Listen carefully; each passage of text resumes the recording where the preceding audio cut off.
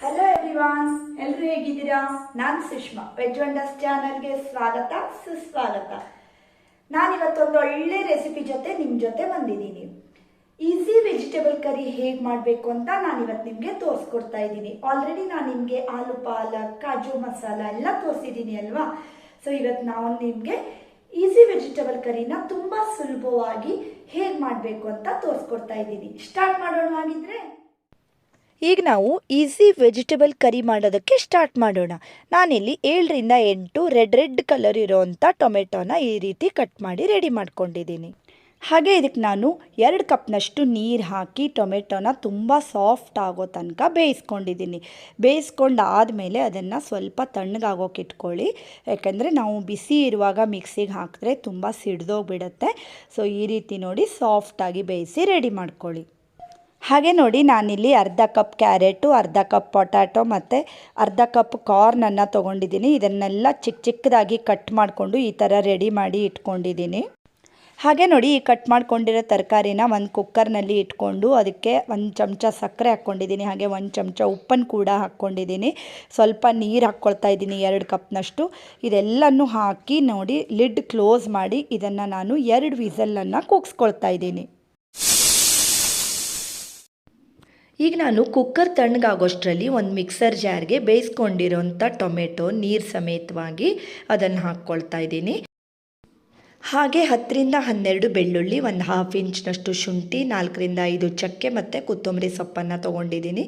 ಇದನ್ನು ಕೂಡ ಅದೇ ಮಿಕ್ಸರ್ ಜಾರ್ಗೆ ಹಾಕ್ಕೊಳ್ತಾ ಇದ್ದೀನಿ. ಹಾಗೆ ಇದಕ್ಕೆ ನಾನೀಗ ಪಾವ್ ಭಾಜಿ ಮಸಾಲಾನ 5ರಿಂದ 6 ಚಮಚದಷ್ಟು ಈ ಮಸಾಲ ಪೌಡರನ್ನು ಹಾಕ್ಕೊಳ್ತಾ ಇದ್ದೀನಿ. ಹಾಗೆ ನೋಡಿ 2 ಚಮಚದಷ್ಟು ಸೋಂಪನ್ನು ಹಾಕ್ಕೊಳ್ತಾ ಇದ್ದೀನಿ ಇದನ್ನು ಈಗ ಮಿಕ್ಸರ್ಗೆ ಹಾಕಿ ನೈಸಾಗಿ ಈ ರೀತಿ ನೋಡಿ ರುಬ್ಕೊಂಡು ರೆಡಿ ಮಾಡ್ಕೊಂಡಿದ್ದೀನಿ. ಇದು ನೈಸಾಗಿರಬೇಕು, ತರಿಯಾಗಿದ್ದರೆ ಚೆನ್ನಾಗಾಗೋದಿಲ್ಲ. ಹಾಗೆ ನೋಡಿ 15ರಿಂದ 20 ಗೋಡಂಬಿನ ತೊಗೊಂಡಿದ್ದೀನಿ. ನೀರಲ್ಲಿ ಮೊದಲೇ 10 ನಿಮಿಷ ಮೊದಲು ನೆನೆಸಿಟ್ಕೊಂಡಿದ್ದೀನಿ. ಅದನ್ನು ಇದೇ ಮಿಕ್ಸರ್ ಜಾರ್ಗೆ ಹಾಕಿ ಇದನ್ನು ಕೂಡ ಈಗ ನೈಸಾಗಿ ರುಬ್ಕೊಂಡಿದ್ದೀನಿ. ಹಾಗೆ ನೋಡಿ, ಇಷ್ಟು ನೈಸಾಗಿ ನಾನು ರುಬ್ಕೊಂಡಿದ್ದೀನಿ. ಈ ರೀತಿ ಇದ್ದರೆ ಮಾತ್ರ ಕರಿ ಚೆನ್ನಾಗಾಗತ್ತೆ, ಗ್ರೇವಿ ಒಳ್ಳೆ ಸ್ಮೂತಾಗಿ ಬರುತ್ತೆ. ಹಾಗೆ ನೋಡಿ ಎಲ್ಲ ತರಕಾರಿ ಕೂಡ ನಾನು ಬೇಯಿಸಿ ಈ ರೀತಿ ರೆಡಿ ಮಾಡಿ ಇಟ್ಕೊಂಡಿದ್ದೀನಿ.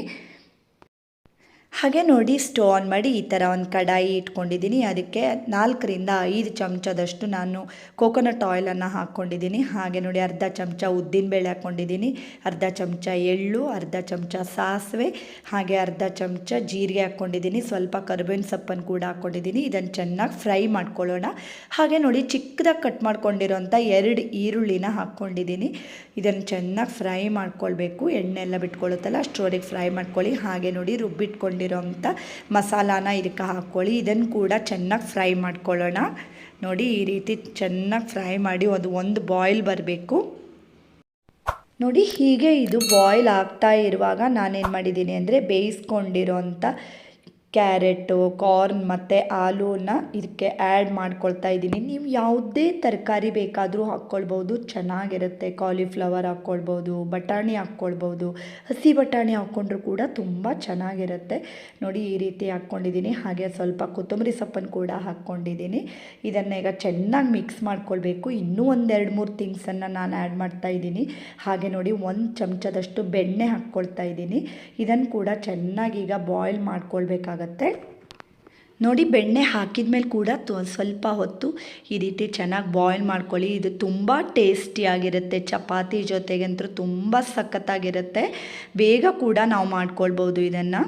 ನೋಡಿ ಇಷ್ಟೇ ಮಾಡಿದರೆ ಆಗಿಲ್ಲ, ಲಾಸ್ಟಲ್ಲಿ ಇನ್ನೂ 1-2 ತಿಂಗನ್ನು ನಾನು ಆ್ಯಡ್ ಮಾಡ್ತಾಯಿದ್ದೀನಿ. ಆ ರೀತಿ ಮಾಡಿದ್ರೆ ಮಾತ್ರ ತುಂಬ ಚೆನ್ನಾಗಿರುತ್ತೆ. ನೋಡಿ ಈ ಥರ ಬಾಯ್ಲ್ ಮಾಡ್ಕೊಳ್ಳಿ ಇದನ್ನು. ನೋಡಿ ಹೀಗೆ ಇದು ಬಾಯ್ಲ್ ಆಗ್ತಾ ಇರುವಾಗ 1 ಚಮಚ ಸಕ್ಕರೆ ಹಾಕ್ಕೊಂಡಿದ್ದೀನಿ ಮತ್ತು 1 ಚಮಚ ಉಪ್ಪನ್ನು ಹಾಕ್ಕೊಂಡಿದ್ದೀನಿ. ಆಗಲೇ ನಾನು ತರಕಾರಿ ಬೇಯಿಸುವಾಗ ಕೂಡ ಸ್ವಲ್ಪ ಉಪ್ಪು ಹಾಕ್ಕೊಂಡಿದ್ದೆ ಅಲ್ವಾ. ಸೊ ಈಗ ಒಂದು ಸ್ವಲ್ಪ ರುಚಿಗೆ ತಕ್ಕಷ್ಟು ಹಾಕ್ಕೊಂಡಿದ್ದೀನಿ. ಹಾಗೆ ಒಂದು ಸ್ವಲ್ಪ ಕಸೂರಿ ಮೆಥಿ ಕೂಡ ಹಾಕ್ಕೊಳ್ತಾ ಇದ್ದೀನಿ. ಫ್ಲೇವರ್ ಚೆನ್ನಾಗಿ ಬರುತ್ತೆ ಈ ರೀತಿ ಮಾಡಿಕೊಂಡ್ರೆ. ಇದೆಲ್ಲ ಹಾಕಿದ ಮೇಲೆ ಕೂಡ 1-2 ನಿಮಿಷ ಬಾಯ್ಲ್ ಮಾಡ್ಕೊಳ್ಬೇಕಾಗತ್ತೆ. ಹಾಗೆ ನೋಡಿ 1 ಚಮಚದಷ್ಟು ಲಿಂಬು ರಸ ಹಾಕ್ಕೊಂಡಿದ್ದೀನಿ ಮತ್ತು ಬಾಯ್ಲ್ ಮಾಡ್ಕೊಳ್ಳಿ. ಹಾಗೆ ನೋಡಿ 3ರಿಂದ 4 ಚಮಚದಷ್ಟು ಹಾಲು ಕೆನೆ ಅಂದರೆ ಕ್ರೀಮನ್ನು ಹಾಕ್ಕೊಳ್ತಾ ಇದ್ದೀನಿ, ಫ್ರೆಶ್ ಕ್ರೀಮನ್ನು. ಈಗ ಮತ್ತೆ ನೋಡಿ 1-2 ನಿಮಿಷ ಚೆನ್ನಾಗಿ ಬಾಯ್ಲ್ ಮಾಡ್ಕೊಳ್ಳಿ. ಈ ರೀತಿ ನೀವು ಮಾಡಿಟ್ಕೊಂಡ್ರೆ ತುಂಬ ಚೆನ್ನಾಗಾಗತ್ತೆ. ಚಪಾತಿ ಜೊತೆ ನೀವು ಲಂಚ್ ಬಾಕ್ಸ್ಗೆ ಎಲ್ಲ ತೊಗೊಂಡೋಗ್ಬೋದು. ದೋಸೆ ಜೊತೆ ಕೂಡ ಚೆನ್ನಾಗಿರುತ್ತೆ, ಚಪಾತಿ ಜೊತೆ ಚೆನ್ನಾಗಿರುತ್ತೆ. ಸೊ ನೋಡಿ, ಇಷ್ಟು ಸಿಂಪಲ್ಲಾಗಿ ಮಾಡುವಂಥ ಈಸಿ ವೆಜಿಟೇಬಲ್ ಕರಿ ನಿಮಗೆಲ್ರಿಗೂ ಇಷ್ಟ ಆಗಿದೆ ಅಂತ ಅಂದ್ಕೋತೀನಿ ಫ್ರೆಂಡ್ಸ್. ನೋಡಿ, ಮೇಲ್ಗಡೆಯಿಂದ ಹಾಗೆ ಒಂದು ಸ್ವಲ್ಪ ಕೊತ್ತಂಬರಿ ಸೊಪ್ಪನ್ನು ಕೂಡ ಹಾಕ್ಕೊಳ್ತಾ ಇದ್ದೀನಿ. ನೋಡೋದಕ್ಕೂ ಚೆನ್ನಾಗಿರುತ್ತೆ ಮತ್ತು ಟೇಸ್ಟ್ ಕೂಡ ಚೆನ್ನಾಗಿರುತ್ತೆ.